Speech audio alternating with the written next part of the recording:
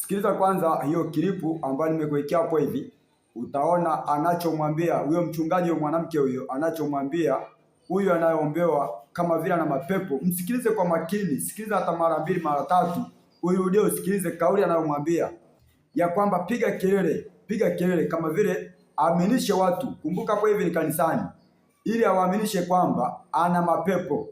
Msikilize kwa makini sana, kwa sababu na wewe ukiwa na haraka huenda usimsikie vizuri. Sasa msikilize kwanza vizuri, alafu kisha nitarudi kuja kufafanua. Na tia amani, mpe amani huyu msichana. Pia kungu. Piga. Achia moyo wake. Msimamishe. Tumuondoe jini mahaba ili huyu dada tucheze harusi yake. Toka pesa jini mahaba huyu. Na bila shaka umemsikia. Sasa ngoja nianze na andiko hapa hivi. Ngoja nianze na andiko hapa hivi, kwa sababu kuna wengine wataweza kusema fanya kwako. Fanya kwako. Achana na maisha ya watu. Sasa mimi ngoja nianze na andiko hili katika kitabu cha Isaya ile sura 58 na mstari wa 1. Tuone Biblia inataka tufanyeje kwa watu kama hao, kwa sababu kumbuka wewe mtu wa Mungu ni mlinzi, kwa sababu Biblia inataka kuangalia maisha yako tu, imetaka tuangaliane sisi kwa sisi na tuonyane. Sasa katika kitabu cha Isaya sura 58 mstari wa 1 nasema, piga kelele usiache, paza sauti yako kama tarumbeta, wahubiri watu wangu kosa lao na nyumba ya Yakobo na dhambi zao.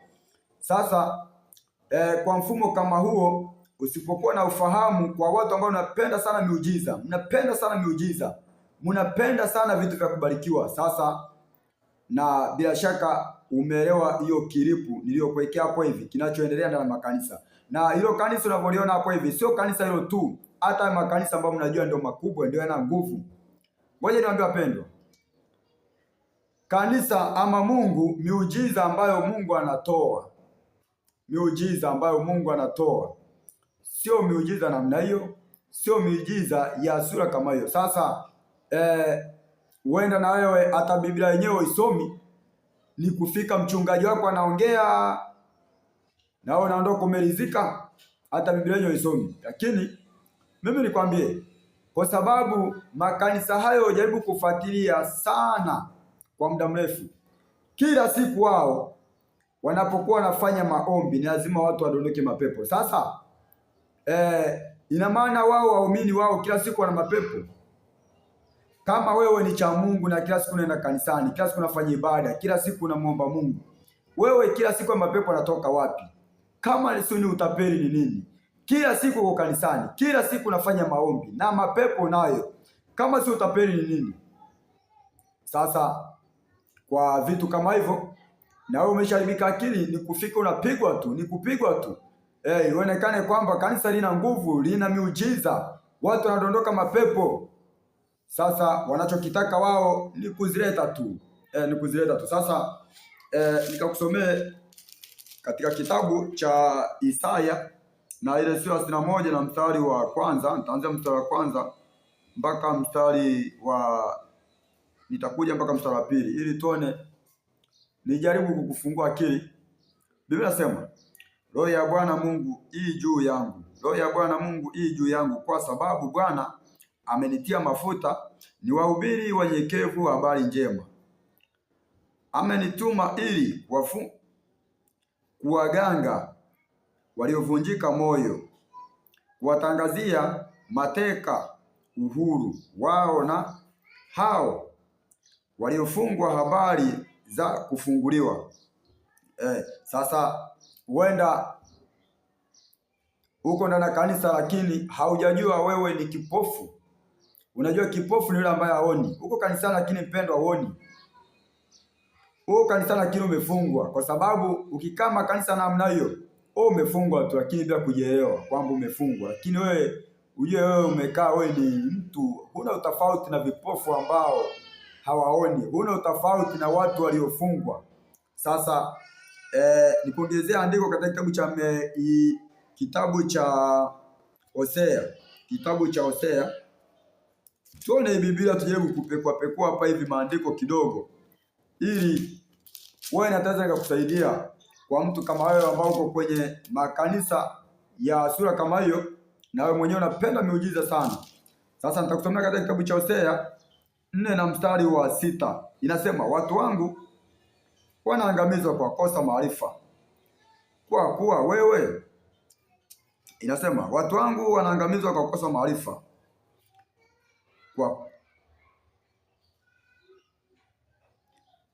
kwa kukosa maarifa, kwa kuwa wewe umeyakataa maarifa, mimi nami nitakukataa wewe, usiwe kohani kwangu mimi, kwa kuwa umesahau sheria ya Bwana Mungu wako, mimi nami nitakusahau watoto wako.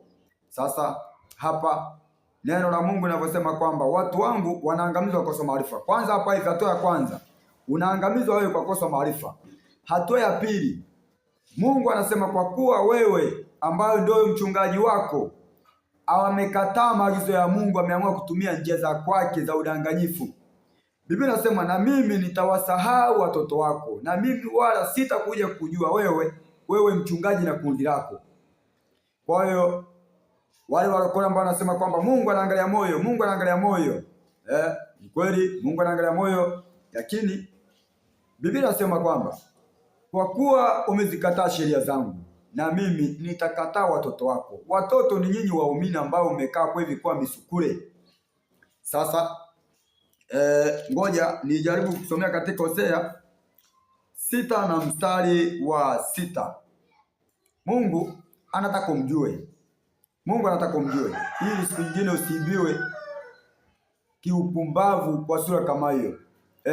Unataka miujiza, siku nyingine usiibiwe kwa sura kama hiyo. Sasa wewe usomee katika Hosea 6 na mstari wa 6, unasema, maana nataka fadhila wala si sadaka, na kumjua Mungu kuliko sadaka za kuteketezwa.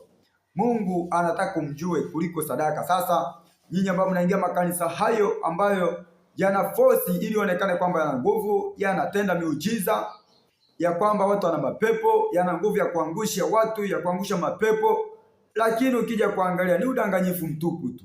Ni udanganyifu mtupu. Baadaye wanakwambia toa sadaka ya kushukuru, toa sadaka ya kuhitaji, toa sadaka ya kupeleka injili mbele, mara chukua bahasha ya kufanya sio kitu gani. Unakuja kuona ni udanganyifu mtupu. Ila Mungu anataka umjue. Mungu anataka umjue ili siku nyingine usipende, usio unaendelea kuibiwa, usio unaendelea kuwa msukule. Na ndio maana leo hii tuna watu wanafanya ibada ya kila siku. Kweli wanaenda kanisani kila siku, wameshikilia Biblia, lakini sasa wanaenda pamoja na kwenda kanisani, lakini ukija kuangalia hata kuomba kwenye hajui. Kuomba kwenye hajui, hata kama limemkuta na kumkuta. Unashangaa anamjulisha mchungaji wake, anamwambia mchungaji, naomba niombee.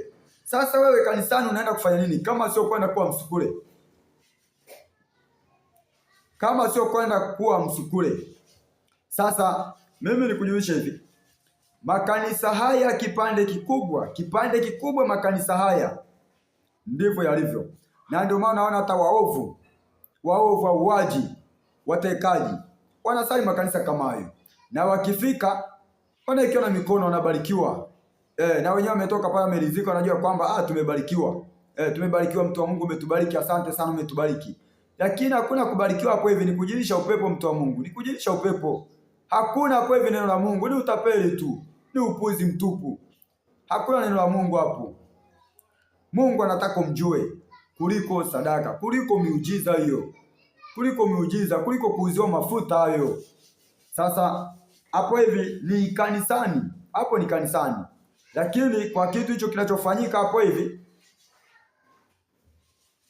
kwa vitu hivyo vinavyofanyika hapo hivi, ndio vile ambavyo vinafanyika kwenye kuuziwa mafuta. Leo hii kuna watu wanapangwa kanisani, mtu anapangwa kabisa, baadaye ana fungu lake pale kanisani.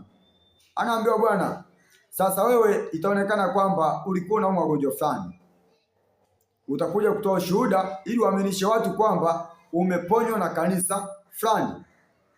Kumbe ni ubatili mtupu. Hakuna kuponywa, hakuna cha nguvu, ni ubatili mtupu ili wakupate wewe. ili wakupate wewe. Sasa makanisa kama hayo mtajua. Kitabu cha Mathayo kinasema mtawatambua kwa matendo yao. Mtawatambua hao, mtawatambua. Lakini sasa utawatambuaje kama wewe mwenyewe ni msukule? Kama wewe mwenyewe ni msukule, uweze ukawatambua watu hao, uweze ukawajua. Lakini kwa mtu mwenye ufahamu mzuri tu, hata kama hajawahi kusali, mimi ninachokijua kwamba atawajua. Atawajua. Hao hawajifichi kuanzia mahubiri yao, namna wanavyokuja kukazia kwenye masuala sadaka, mtawajua tu. Lakini hapa hivi kitabu cha Mathayo sura 7 na mstari wa 15, Biblia inasema, jihadharini na manabii wa uongo, watu wanawaijia wamevaa mavazi ya kondoo, lakini kwa ndani ni mbwa mwitu wakali. Kwa ndani mwao ni mbwa mwitu wakali sana.